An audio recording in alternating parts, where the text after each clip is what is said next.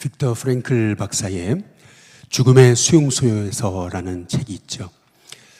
그 책에 보면 이 빅터 프랭클 박사는 수용소에 들어가는 순간 이름은 사라지고 번호로 그가 불리우더라라는 겁니다. 예를 들어 1776번 이름이 있잖아요. 빅터 프랭클이라는 이름. 그러나 1776번이라고 하는 그 숫자로 자신이 불리우게 되더라라고 하는 것입니다.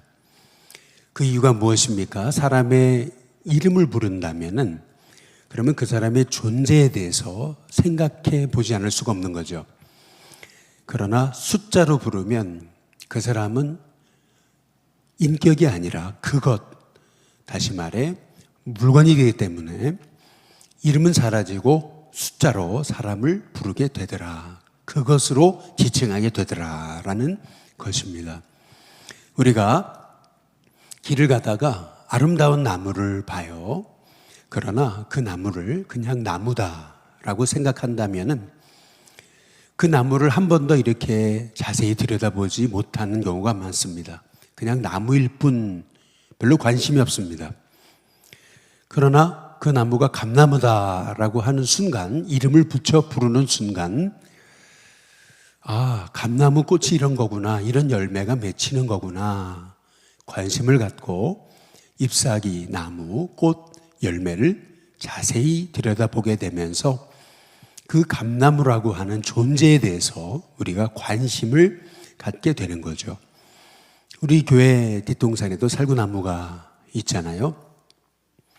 아무리 살구나무에 잎이 나고 꽃이 피고 열매가 맺었어도 실은 별 관심이 없었습니다. 그러던 어느 날 저희 장로님이 열매를 따가지고 오셨어요. 그리고 열매를 한번 맛보라고 그러시는데 먹어보니까 상당히 맛있어요.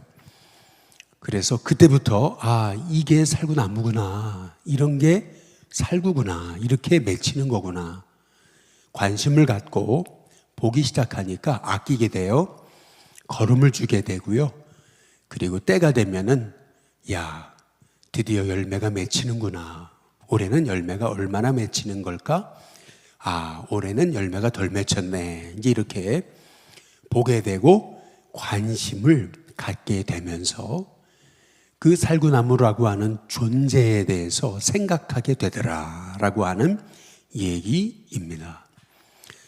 단순히 생각 하나 바뀌었을 뿐이에요. 사람의 이름에서 그것으로 우리가 사람을 지칭할 때는 사람이 물건으로 보이고 존재가 사라집니다. 그러나 이름을 부르기 시작하면서 그 존재가 떠오르게 되는 거죠. 나무도 똑같은 거죠. 그냥 스쳐 지나갈 때는 별로 관심이 없었습니다. 나무일 뿐.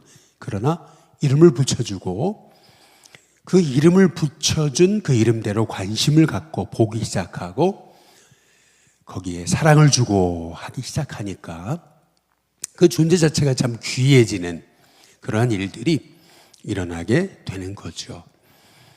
마찬가지로 생각 하나 바뀌었을 뿐이에요. 관심 하나 바뀌었을 뿐입니다. 그런데 이 엄청난 차이가 놀랍더라라고 하는 것입니다.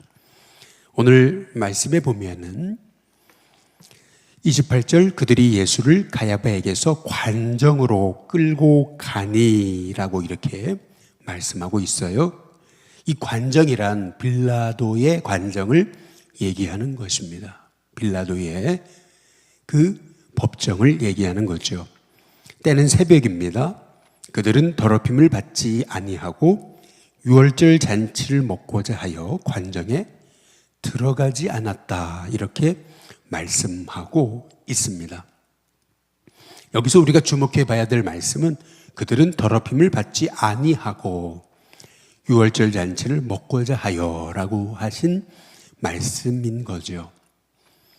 유대인들은 이방인에게 자기가 이렇게 접촉되고 또 이방인과 함께 어울리고 함께 식사하고 함께 같은 공간에 들어가게 될 때 그들은 더럽혀진다 이렇게 생각을 했던 것입니다.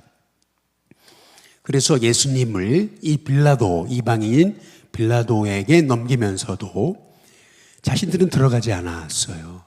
자신들은 깨끗함을 유지하기 위해서 말인 거죠. 이게 얼마나 어리석습니까? 공간에 우리가 들어간다고 더럽혀지는 것입니까?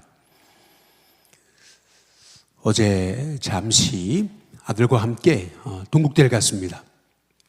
근데 시간이 되니까 스님이 종을 치더라고요. 땡, 땡. 한참 종을 쳐요. 여러분, 그렇다면 제가 그 공간에 갔다고 해서 제가 그 모든 것에 더럽혀진 것입니까? 그렇지 않잖아요.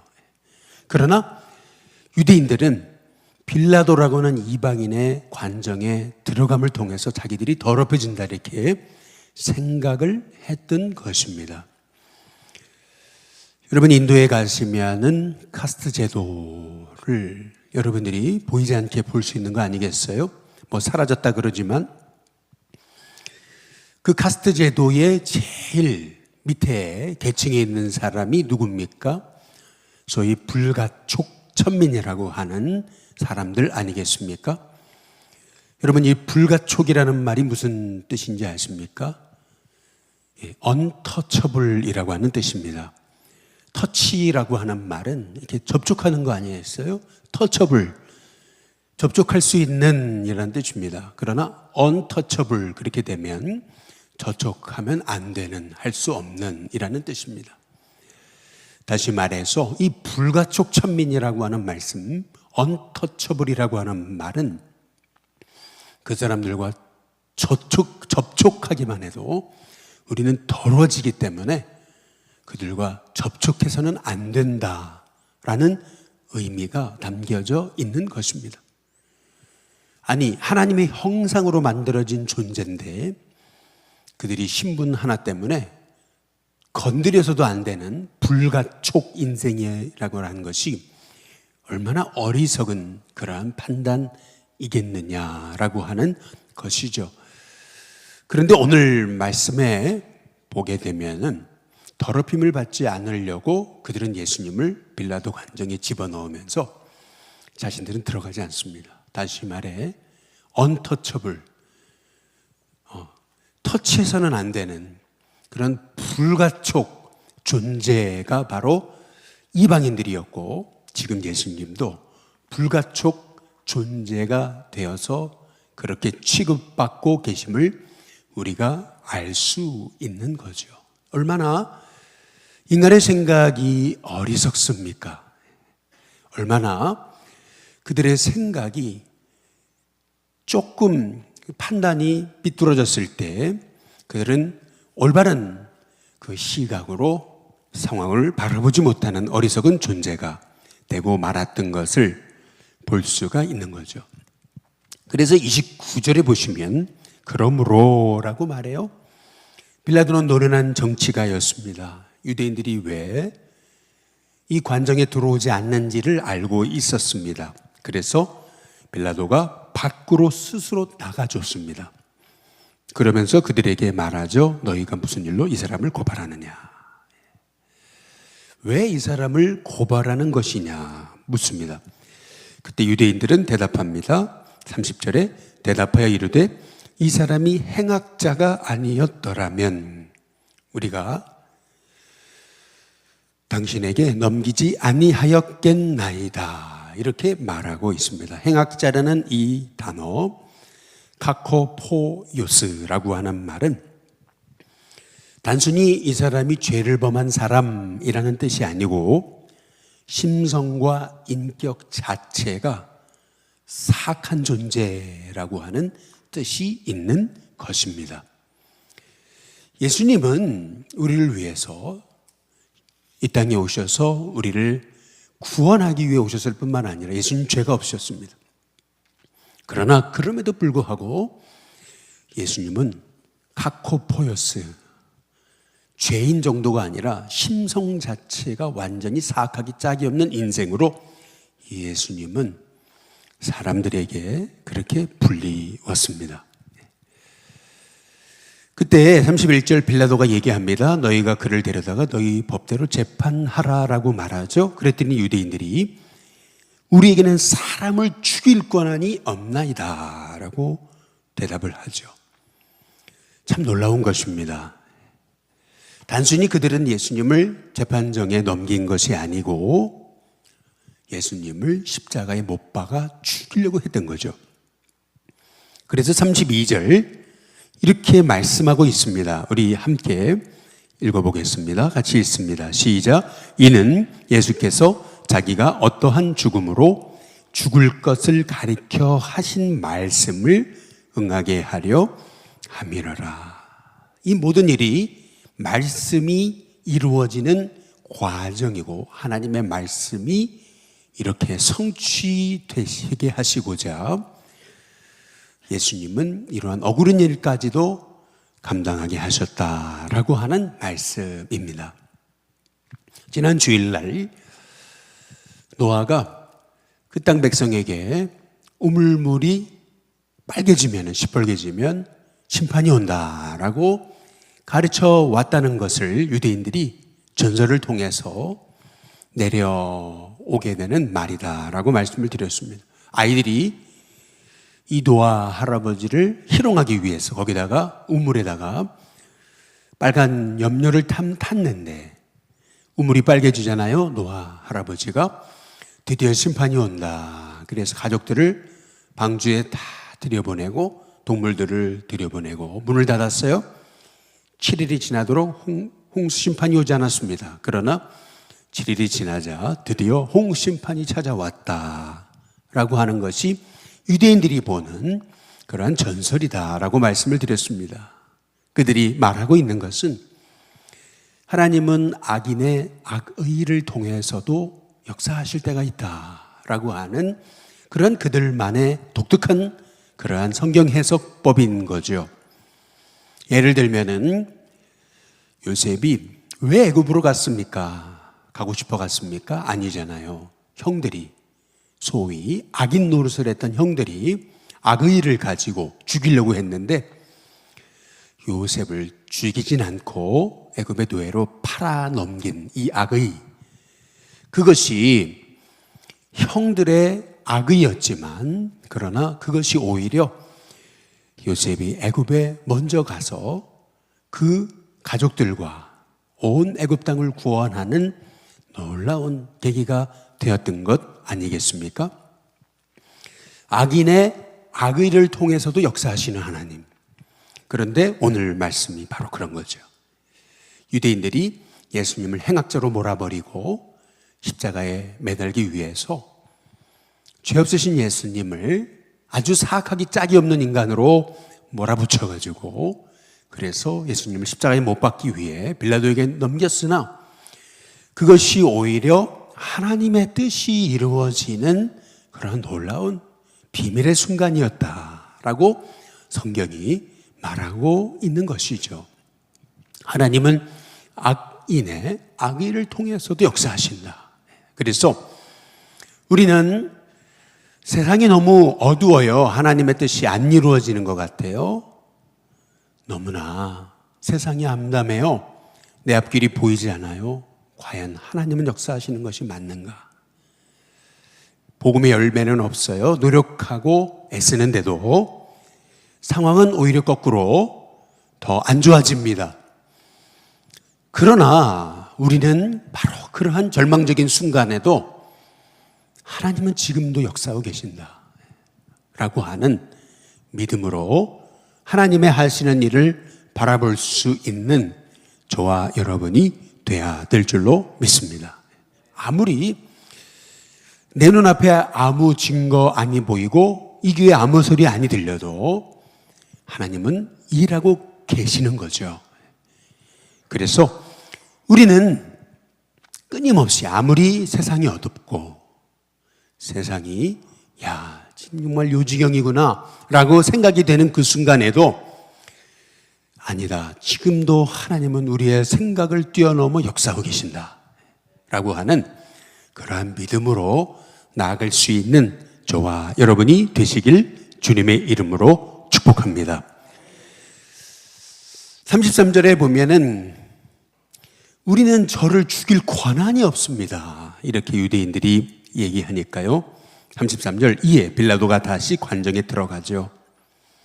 어찌 보면은 빌라도가요, 유대인과 예수님 사이를 오가면서 어떻게 보면은 중간 역할을 하고 있는 것을 볼 수가 있습니다. 소위 스스로 의롭다고 하는 자, 그러나 불결한 자, 스스로 죄악 가운데 있는 유대인, 그러나 사람들은 행악지로 여겼지만 참 진리이신 예수님, 이 사이를 빌라도가 오고 가고 있습니다. 여러분, 우리 인생도 참이냐 거짓이냐 사이를 왔다 갔다 하고 있습니다. 지금 이 빌라도의 모습을 통해서 우리는 참으로 향할 것이냐 거짓으로 향할 것이냐, 항상 우리는 기로에 서 있습니다. 어리석은 인생을 살 것인가 아니면 지혜로운 인생을 살 것인가, 기로에 서 있는 거예요. 그래서 인생은 선택인 것입니다. 무엇을 선택하느냐, 어리석음을 선택할 것이냐 하나님의 뜻을 선택할 것이냐, 늘 우리는 이 사이 속에서 왔다 갔다 하고 있는 거죠. 여러분은 어디에 서 있습니까? 오늘 여기 33절에 보시면은 빌라도가 예수님을 불러 말하죠. 내가 유대인의 왕이냐? 그때 34절에 예수님이 대답하십니다. 이는 내가 스스로 하는 말이냐? 다른 사람들이 나에 대하여 내게 한 말이냐? 그때 35절 빌라도가 대답하죠. 내가 유대인이냐? 그러면서 네 나라 사람과 대제사장들이 너를 나에게 넘겼으니 내가 뭘 했느냐? 도대체 뭘 했길래 이렇게 사람들이 너를 나에게 넘기게 되었느냐? 라고 빌라도가 묻죠. 그때 36절 예수님이 대답하십니다. 너무나 놀라운 대답이십니다. 내 나라는 이 세상에 속한 것이 아니니라. 여러분, 우리의 삶이 이 땅을 살아가면서도 기죽지 않을 수 있는 비결, 우리가 담대할 수 있는 비결, 우리가 문제 가운데도 휘말리지 않을 수 있는 비결, 그것은 어디 있습니까? 우리는 이 땅에 속한 자가 아니다. 우리는 하늘에 속한 자다. 라고 하는 그러한 믿음의 확신 속에 살아갈 때 여러분, 우리는 이 땅의 작은 일에 요동하지 않는 하나님의 종들이 되어짐을 분명히 믿습니다. 저와 여러분은 이 땅에 속한 자가 아닙니다. 하늘에 속한 자임을 믿으시기를 주님의 이름으로 축복합니다. 근데 오늘 여기 35절의 끝에 부분에 내가 무엇을 했느냐라고 빌라도가 묻잖아요. 참 놀라운 말씀입니다. 가인이 죄를 범하고 그가 하나님의 낯을 피했을 때 그때 하나님은 가인에게 물으시는 겁니다. 네가 무엇을 했느냐? 네 아우의 핏소리가 내게 들린다. 하나님이 가인에게 물으셨잖아요. 참 이 말씀을 통해서 빌라도가 오히려 예수님께 내가 뭘 했느냐, 뭘 한 것이냐라고 묻잖아요. 그때 예수님이 대답하십니다. 예수님이 이 땅에 오신 목적, 이 땅에 진정한 왕으로 오신 예수님의 이 땅에 오신 목적에 관해서 말씀하고 있습니다. 37절, 네 말과 같이 내가 왕이다. 내가 이를 위해 태어났고 이를 위해서 세상에 왔노라 라고 말씀하고 계십니다. 이 땅에 참 왕으로 오신 예수님, 우리의 구원을 위해서 이 땅에 사람의 몸을 입고 우리의 죄를 짊어지시고 십자가에 죽으시고자 오신 예수님, 그분이 바로 우리 인생의 진정한 왕이신 거죠. 참 놀라운 것은 이것입니다. 39절에 보면은 이렇게 얘기를 하죠. 빌라도의 말입니다. 너희는 내가 유대인의 왕을 너희에게 도와주기를 원하느냐? 빌라도는 예수님을 만나고 예수님에게서 죄가 없음을 깨닫습니다. 그리고 인정합니다. 그분은 참 왕이시구나. 참 놀랍게도 빌라도라고 하는 이방인을 통해서 예수님이 누구신지 이 유대인들에게 하나님은 증거하고 계심을 오늘 말씀을 통해서 볼 수가 있습니다. 참 놀라운 거죠. 거짓으로 그렇게 똘똘 뭉친 유대인과 참 진리이신 예수님 사이를 오갔던 빌라도는 예수님을 만나고 결국 유대인의 왕으로 오신, 참된 왕으로 오신 예수님을 고백하는 놀라운 그러한 일들이 일어나게 되었던 거죠. 여러분, 저와 여러분의 인생은 어디에 서 있습니까? 끊임없이 우리는 선택의 기로에 있습니다. 하나님의 뜻 가운데 설 것인지 죄악 가운데 설 것인지, 이렇게 유대인들처럼 어리석음으로 무장되어서 스스로 죄악 가운데서 죄악을 저지르고 있음에도 불구하고 자신들이 깨끗한 척 더럽힘을 받지 않으려고 관정에 들어가지만 않으면 자기는 더럽혀지지 않는다라고 생각했던 유대인들의 이 어리석은 모습에 서 있습니까? 아니면 이방인임에도 불구하고 예수님이 누구신지 몰랐음에도 불구하고 예수님과 만나서 결국 유대인의 왕을 너희가 어떻게 하겠느냐라고 물었던 그 빌라도의 그 진리를 향한 이러한 움직임을 우리가 보게 되면서 우리는 어디로 향하기를 원하느냐라는 것입니다. 오늘 여기 40절에 보면은 그들이 또 소리질러 말하죠. 이 사람이 아니라 바라바라 하니 바라바는 강도였더라. 여러분, 예수님은 강도 대신에 십자가에 못 박히시게 됩니다. 이 바라바는 이렇게 복음서에서 설명하고 있습니다. 밀란을 꾸미고 그래서 사람을 선동해서 사람을 죽였던 사람, 바로 그 사람이 바라바입니다. 어찌 보면은 이 바라바가 풀려나고 예수님이 대신 십자가에 못 박히시잖아요. 이 바라바는 실은 우리인 거죠. 내가 못 박혀야 될 그 십자가의 자리에 예수님이 대신 못 박히신 겁니다. 그분의 피 흘리심으로 바로 우리가 나음을 입은 이 놀라운 이 구원의 역사, 이것이 바로 십자가고 이것이 바로 복음이고 이것이 바로 우리를 향한 하나님의 사랑인 것이죠. 한 자매가요, 중학생 때 친구하고 물놀이를 갔다가 강에서 물놀이를 하고 있는데 갑자기 비가 막 쏟아지더니 오늘처럼 이렇게 막 한방눈이 내리는 것처럼 비가 억수로 쏟아지더니 강물이 막 불어났습니다.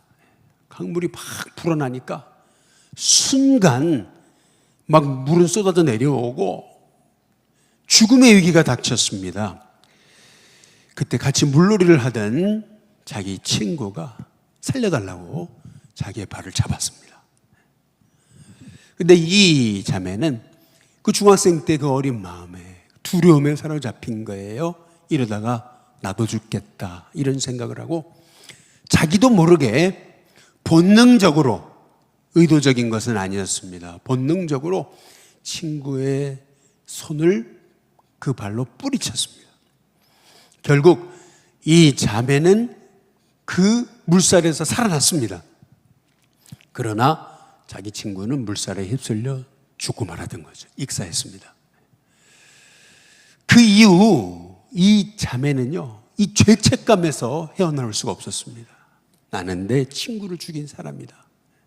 살릴 수 있었는데 나는 친구를 죽인 사람이다. 근데 없는 죄책감에 빠져가지고 그의 평생을 짓눌려 살았습니다. 그러던 어느 날 한 목사님을 만나가지고 성경 공부를 하다가 예수님이 너의 모든 죄를 다 대신 담당하셨다 라고 하는 놀라운 이 말씀을 듣게 됩니다.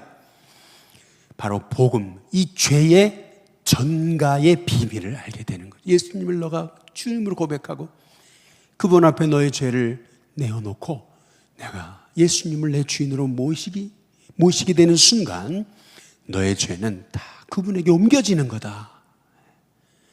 너가 예수님을 고백하고 네 죄를 회개하고 예수님을 주인으로 모시는 순간 네 죄는 바로 예수님께 옮겨간다. 그 얘기를 듣는 순간 이 자매는요, 그 앞에서 그동안 묶여있던 모든 죄책감의 사슬에서 벗어지는 은혜를 경험하게 된 거죠. 놀랍게도 그동안 그 자매 마음에 있었던 그 답답한 심정이, 가슴에 꼭 돌이 하나 가득 찬 것 같았던 그 답답한 심정이 하루아침에 사라지는 역사가 일어나게 됐던 거죠. 여러분, 이것이 바로 죄사함의 비밀입니다. 예수님이 우리 대신 십자가를 지신 이유입니다. 바라바 대신 예수님이 십자가를 지신 이 사건을 통해서 바로 저와 여러분이 구원의 은혜를 입게 된 것입니다. 놀랍게도 여러분, 이 생각 하나 바뀌었어요. 이 자매에게 내가 그 친구를 죽였어. 나는 이 죄에서 벗어날 수 없어. 나는 영원히 멸망받을 나는 인간이야. 나는 아무리 착하게 살고 노력해도 소용없어. 끊임없이 죄책감에 사로잡혀가지고 그 어렸을 적에 그 한 번의 뜻하지 않은 사건을 통해서 인생의 절망 가운데 살던 자매가 빛을 보게 되었습니다. 여러분, 참 놀라운 것입니다. 이 생각 하나 바뀌어지는 이 비밀 말이죠. 그 전에는 나는 가치없는 인생이라고 여겼는데 예수님을 알게 되는 순간 그분이 내 이름을 불러주시면서 딸아, 네 죄가 용서함 받았다. 그 주님의 음성이 날 향한 엄청난 사랑임이 깨달아지고 알아지고 고백되는 순간 내 인생은 새롭게 태어나게 되는 역사가 일어나게 됐던 거죠. 오늘 저와 여러분의 인생에도 이렇게 영적인 눈이 떠지는 은혜가 있게 되시기를 주님의 이름으로 축복합니다. 눈이 떠져야 됩니다. 그렇지 않으면 유대인들처럼 깨끗한 척하지만 사실 그들이 더러웠던 거죠. 우리의 인생에도 영적인 눈이 떠져서 십자가에서 예수님이 죽으신 이 구원의 은총이 얼마나 놀라운 것인지 우리가 깨닫고 저와 여러분의 인생에 그 날 사랑하신 십자가의 은혜가 오늘도 구절절이 여러분의 가슴에 다가오므로 오늘도 그 은혜를 힘입어서 나는 이 땅에 속한 자가 아닙니다. 그분께 속했습니다. 고백하면서 어떤 문제 가운데도 담대하게 내 죄를 대신 담당하신 예수님으로 인해 나는 오늘도 자유합니다. 오늘도 평안합니다. 오늘도 그분의 힘으로 승리합니다. 그 고백으로 살아가시기를 주님의 이름으로 축복합니다.